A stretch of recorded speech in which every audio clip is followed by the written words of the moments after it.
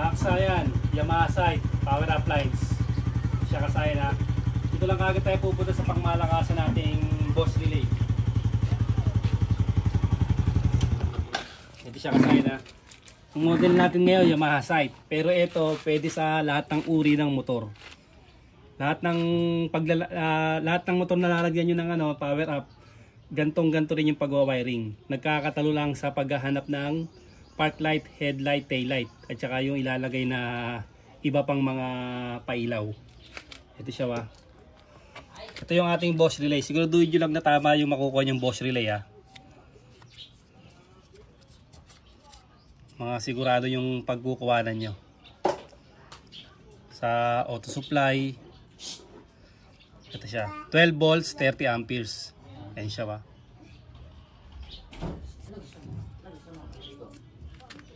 Meron din sa Shopee yan. Becky Works para sure ball. Na maganda yung Basta makapili lang kayong ng magandang boss relay. Siguraduhin nyo lang na original para wala maging problema. Kahit saan kayo bumili, pwede naman. Ito siya wa. Ito yung unahin natin. Ang unahin natin dyan ilalagay itong number 30. Number 30 ng relay ha. Sa hindi pa nakakaalam ng mga number, nasa likod lang yung natin. Yung number ng relay.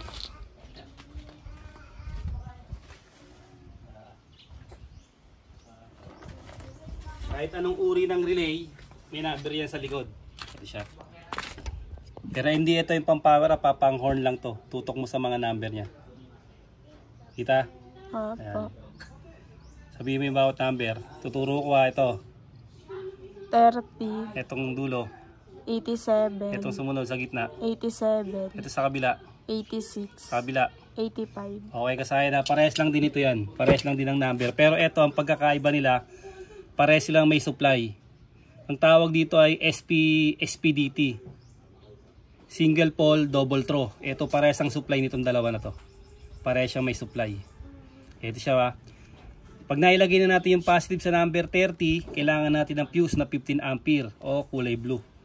Kulay blue na fuse. Ito siya ba. Pupunta sa positive ng battery. Tapos ngayon, ito naman yung gagawin nating negative. Kasi dito siya malapit eh. Dito natin siya ilalagay yun. Yung negative number 85. Ito siya ba. Ito, nakakonekta to sa kanya. Sa I-terminal. Magkasama sila sa I-terminal. Pupunta sa body ground. Tutok mo sa body ground. Ito. Ito yung wire niya no. Papunta sa body ground. Ayan siya ba. Kasi magpapalakas tayo ng positive, kailangan din natin palakasin yung negative. Tapos etong isa na to, pag nailagay natin tong accessory wire, okay na siya, gagana na yung dalawang 87. Kasi ito sa load na to eh. Pansinin nyo kung gaano kadali siya ilagay. Paglagay natin na number 30, diretso ng battery na positive, may fuse na 15 ampere. Tapos lalagay natin yung number 85 or 86 kasi pwede ito magkabaliktaran. Yan, lalagay natin dito sa may, sa may negative yung 85. Tapos yung 86 ilalagay natin sa accessory wire. Ang accessory wire kasaya ng mga motor, kahit anong motor, makikita nyo sa flasher relay. Sa flasher relay, sa brake light switch, doon siya makikita. Doon kayo kukuha ng accessory wire. Para mabuo yung ating power up. Ito siya. Lalagay nyo lang sa body ground ha. Kailangan nakabukas yung ating susian. Para gumana yung natin, yung para gumana yung accessory wire. Ito yung accessory wire. Ito nanggaling naman to sa nanggaling to sa starter motor. Ito naman yung manggagaling sa brake light switch. Ito siya. Yan. Sa brake light ha. Ito na pagka yung kabila nakuha nyo, gagana lang siya pagka nagpreno kayo. Yan siya. Dapat yung isa yung kulay brown din. Halimbawa sa Honda naman kulay black yun. Tapos sa Kawasaki brown din yung accessory wire. Suzuki kulay orange naman yung accessory wire. Okay, ito yung accessory wire ha. Pag gusto nyo naman sa kabila, flasher relay ang malapit, ito naman siya. Pag malapit kayo sa flasher relay, ito rin yung accessory wire. Pwede rin kayong kumuha rito sa accessory wire. Basta tandaan nyo lang sa flasher relay at saka brake light switch, nandun yung accessory wire. At saka sa starter relay, Ito, ilalagay natin to sa ano, sa accessory wire. Tutukan lang natin. Dito tayo kukuha. Sa ano to, galing to sa ano, sa starter relay.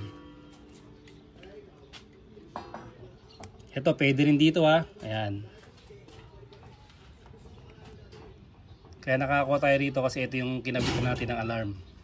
Ginawa nating positive trigger yung ano natin. Negative trigger na starter. Saktuin lang para hindi masyadong ano, mahaba yung ano natin, wire. Saktuan lang. Ito siya.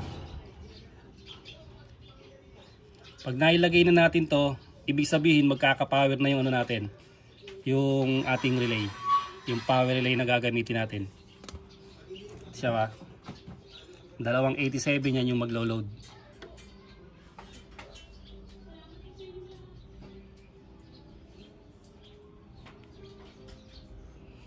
Gagamitin yung wire dito number 18, pero sa ground number 16. Yung gauge ng ating wire kailangan sa auto supply na rin para sigurado hindi siya magpupulbos o mag-uumido. Ito siya, ibig sabihin ito mayroon na tong ano, lalabas na yung power dito sa dalawa na to. Try natin. Ito siya. Ayan o, meron na siyang ano, meron ng supply yung dalawang 87.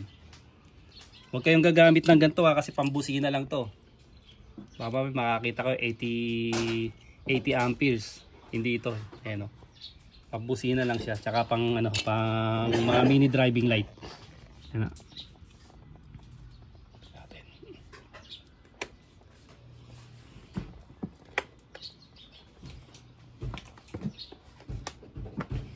Siya ba?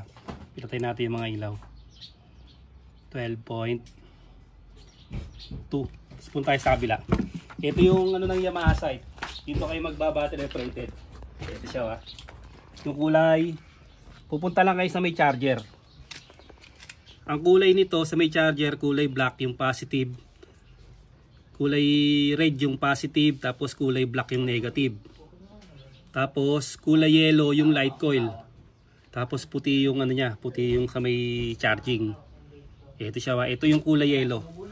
Ang gagawin natin sa kulay yellow na to, ilalagay natin sa switch.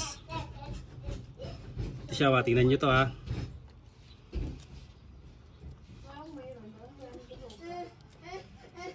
Ito, lahat yan, kaya gumagana siya, nakalagay sa accessory wire.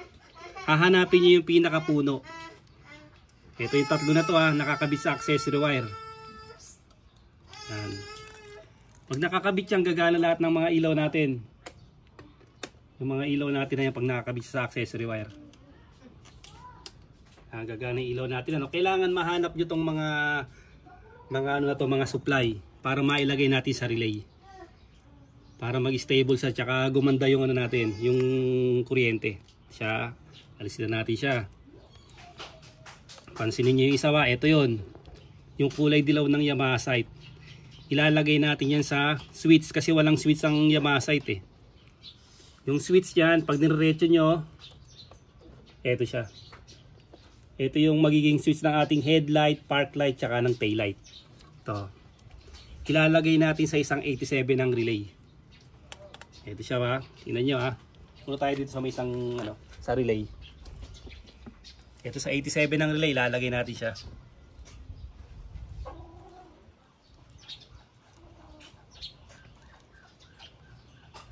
Yan, ibig sabihin naka-relay na yung ating ano, ating ilaw. Ito, naka-relay na to. Ito kasama to yung park light. Park light, kasi nilagay natin dito yung ano eh, sinama natin yung pinaka under lights natin. Tapos tail light. Tapos itong indicator. Saka yung headlight. Yan yung nakakasama sa ano. Nakalagay na sa switch yan oh. Pansinin nyo ha, sa switch lang siya ha. Switch to switch lang yung gagamitin natin. Ito na siya ha. Nakalagay na sa switch. Ngayon, etong mini driving light, meron siyang bakanting isa pang ano, isa pang 87. Dito natin ilalagay yung mini driving light. Ito naman siya dito. Iyan mo rito. Ito naman yung mini driving light. Oh. Ito yung common. Ang kukunin lang natin dyan yung common para lumabas yung high and low. Dito siya nakalagay. Oh. Nakalagay lang din siya sa accessory wire. Ayan siya. Oh. Ito yung common ngayon. Kukunin natin yung common. Alisin natin. Tutok mo dito. Yan, pag inalis natin ito, wala na rin siyang ilaw. Ililipat din natin sa relay ito. Sa isang 87 ng relay. Ito siya. Pag nakalagay na yan sa 87 ng relay, ibig sabihin naka-power up na rin yan. Ngayon kasi naglagay pa tayo ng park light signal light. Ito siya yung isa. Ito yung ating park light signal light na nakalagay pa rin sa sa accessory wire.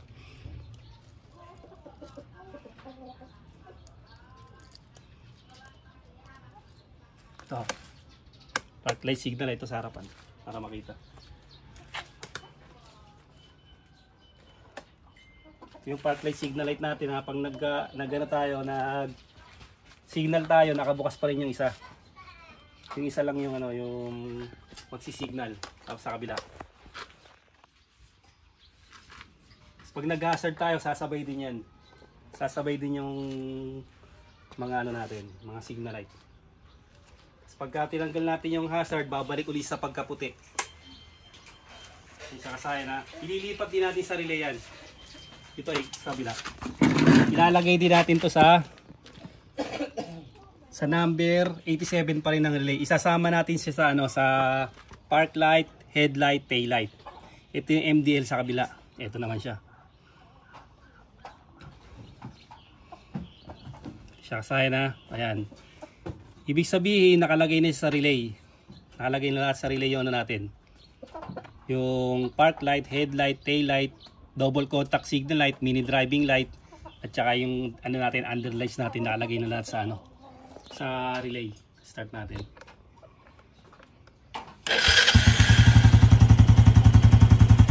Siya. Yung kasayan halimbawa hindi nyo alam yung taillight eto siya. Hindi nyo alam halimbawa yung taillight kung saan nyo siya hanapin. Ganito lang. Lalagay nyo lang sa negative yung natin negative. Tapos ang park light ng natin, ang park light ng Yamaha kulay blue. Ito siya. Ito yung park light ng natin.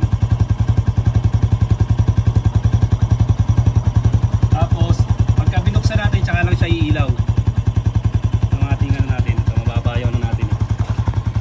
Kulay blue yung park light natin sumasabay sa ating negative saka park light.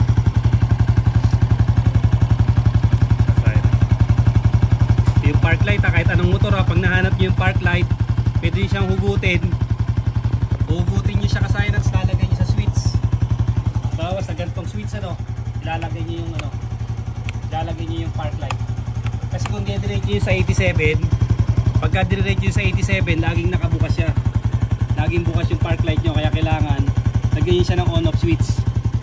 Ganon din sa headlight. Kung hindi nyo pa alam, hanapin nyo yung supply. Ito, kasi ito wala tong walang on off switch to. Yung mga side, kagaya ng mga XR 125, wala siyang mga switch. Kailangan nyo lagyan ng switch para may patayan siya. Hindi siya laging nakabukas. Nakatulad yan, mayroon siyang mga patayan. Kasi nilagay na natin ng mga mga on off switch. Ayan siya pagka naka-power up na siya Ayan siya. Tapos ito yung reading natin. Pagka naka-power up na siya, hindi siya basta-basta malolobat. Kahit steady lang yung natin. Magiging malakas pa rin yung busina natin. Siya. Yung busina natin malakas pa rin. Kahit sabihin mo nakabukas lahat ng ilaw, kaya pa rin yung i-drive. Tapos may passing na rin tayo rito. Tutok mo sa passing light natin.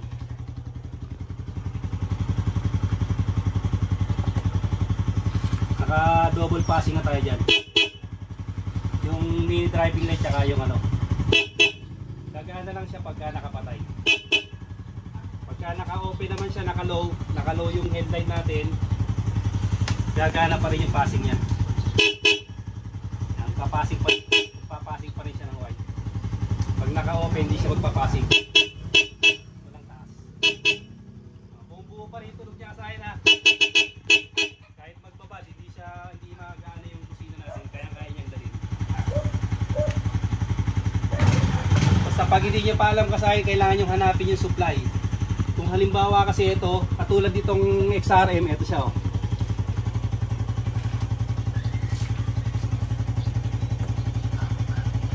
Up, tigas. Kabila ka. Ito kasi no, ikutan mo. Dito. Katulad nitong XRM, papansinin niyo. Ito, yung stator niya, yung kulay dilaw. Halimbawa, ano kayo, Yamaha YTX, ganun din. Hugutin nyo sa stator yung ano, yung supply ng headlight, park light, tail light. Halimbawa, yung mga Honda Beat nyo, stator drive lahat, hugutin nyo lang to. Hugutin nyo lang yung supply ng park light, headlight, tail light. Malalaman nyo yan pagka tinest nyo siya na umiilaw siya.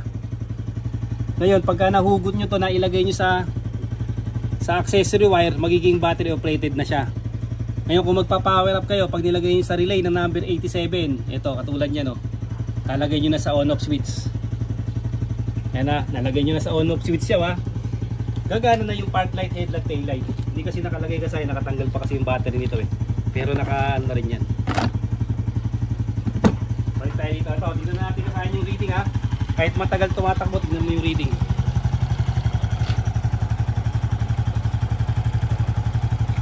Hindi nagbabago kasi yung ano niya, yung reading niya. Hindi siya bumababa. Pagka nag-ano ka pa, akit na kaagad siya.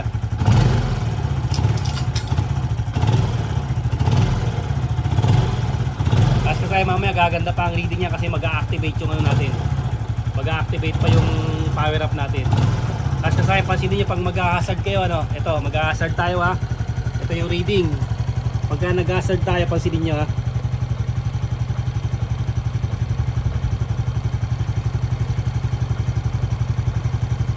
Kasi nakabukas ha.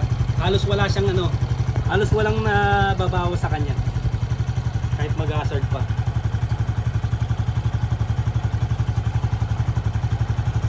Tanggalin natin yung hazard. Halos walang ano yung kasayan, walang ano sa reading. Halos hindi siya gumagana. Hindi katulad ng iba, bumabaksak yung ano, bumababa yung reading niya, siya hindi. Basta kasahin lahat na ipapower up nyo, ganito ha. O, pansinin nyo ha. Ito, isa-isay natin siya ha. Ito yung sa ano, ito yung sa mini driving light. Ito mo sa mini driving light dito, nakabuhay. Ayan. Ayan ha, ito yung sa mini driving light ha. Tapos tutok mo siya rito habang tinatanggal ko. O, tutok mo sa mini driving light. Dahil siya kasaya, ito na. Ito yung kasaya no. Kaya tatakbo to sa switch. Ito siya oh. Yung common ng switch. Common lang ang kukunin natin para lumabas yung high and low. Kaya na, sagana na ngayon yung ano natin. Ngayong kasayan, yung diskarte natin para malaman natin na naka-power up siya no. Ito siya. Pag tinanggal natin yung switch, atras ka doon, yung makikita nila lahat ha. Makikita nila lahat ng ilaw. Pag tinanggal natin kasayan yung ano, yung fuse, mamamatay lahat ng nakakabit sa power up. Tingnan mo ha. Tapos ikutan mo siya. Yan, walang nakalagay. O diyan ka naman pumesto. Yung makikita na ikakabit natin yung ano. Ikakabit natin siya ha. Ito siya. Yung lahat ng nakalagay sa power relay natin, gagana siya, iilaw siya. Ayun siya kasaya na. Iilaw lahat yung ano, ibig sabihin naka-power up na siya. Naka-power up na yung ating ano, motor. Halimbawa na makasaya, tutok mo dito. Halimbawa naman kasayan, hindi mo pa alam kung nasa ng headlight, park light at tail light. Okay na okay pa rin. Ganito pa rin yung proseso ng magpa-power up. Ito, ilagay mo sa negative, yung 85. Yung 86, ilagay mo sa accessory wire. Tapos yung number 30, ilagay mo sa positive ng battery. Ayan, hindi mo alam yung hindi mo pa alam yung headlight, park light, tail light. Kaya mababakanti muna yung isang yung isang 87. Ngayon, kung nagkabit ka ng mini driving light at nagkabit ka ng ng park light, magagamit mo yung magagamit mo yung isang 87. Tapos ngayon, pag nahanap mo na yung nahanap mo yung park light, tail light, headlight, ilagay mo lang siya diyan. Ngayon, pag nilagay mo siya rito ng diretso, ibig sabihin magiging rekta siya. Magiging rekta siya, pero kung lalagyan mo siya ng on-off switch, katulad nito, ito, on-off switch, magkakaroon siya ng patayan. Katulad na nag-comment sa atin sa Exane 125, paano daw ba gagawin? Pagka gusto daw niya nakabukas yung kanyang yung headlight, tail light, tsaka park light. Ganun lang kasayan, yung kulay dilaw, ilagay nyo ng diretso. Ilagay nyo diretso sa number 87. Okay na yun. Aho na magiging labas yun. Automatic headlight on na lahat yun. Pati taillight, park light, bukas na yun. Parang parang Honda Click na yun. Pero hindi ka malolobat kasi naka-relay ka. Nakadaan ka sa power relay. Meron kang sariling Tapos kasi ito umiinit to, normal lang siya na umiinit kasi nag-activate siya. Huwag kayong mangamba na masisira to, hindi to masisira. Kahit umiinit siya, talagang normal lang na umiinit siya. Tandaan nyo kasi accessory wire. Ang paglalagyan nyo, accessory wire, negative. Yung negative at accessory wire pwede magkabaligtaran. Tapos magpapatawid din kayo ng body ground. Ito siya. Ito siya kasi magpapatawid kayo ng body ground. Pag nailagay nyo na to at nailagay nyo yung mini driving light, saka nyo na ilagay yung park light, headlight, tail light kung hindi nyo pa alam. Ngayon, pag nakuha nyo na yon, mas madali na ilagay nyo sa 87. Naka-power up na siya lahat. Ganun lang kasayan yung pagpa-power up sa kahit anong uri ng motor. Kahit anong uri ng motor kasayan, pagka pinower up nyo siya, okay na yung magiging resulta nyo kasayan. Tapos pagka isa lang pala, ganito, dito tutok mo pala sa ganito pala siya kasayan. Halimbawa, MDL lang yung gagamitin mo. Kaya siya kasayan, naka-MDL ka. Ayan, tira mo, MDL lang sa harap. Kaya siya kasayan na mini driving light lang yung nakakabit. Tingnan mo yung reading. Kaya siya kasayan, parang wala ka nang ginagamit na tingnan nyo, napakaganda ng reading. Halimbawa, nakapatay yung MDL naman. Magbubukas ka lang ng double contact signal light at saka ng park light, headlight, tail light. Ayan, tikutan mo yung binuksan natin.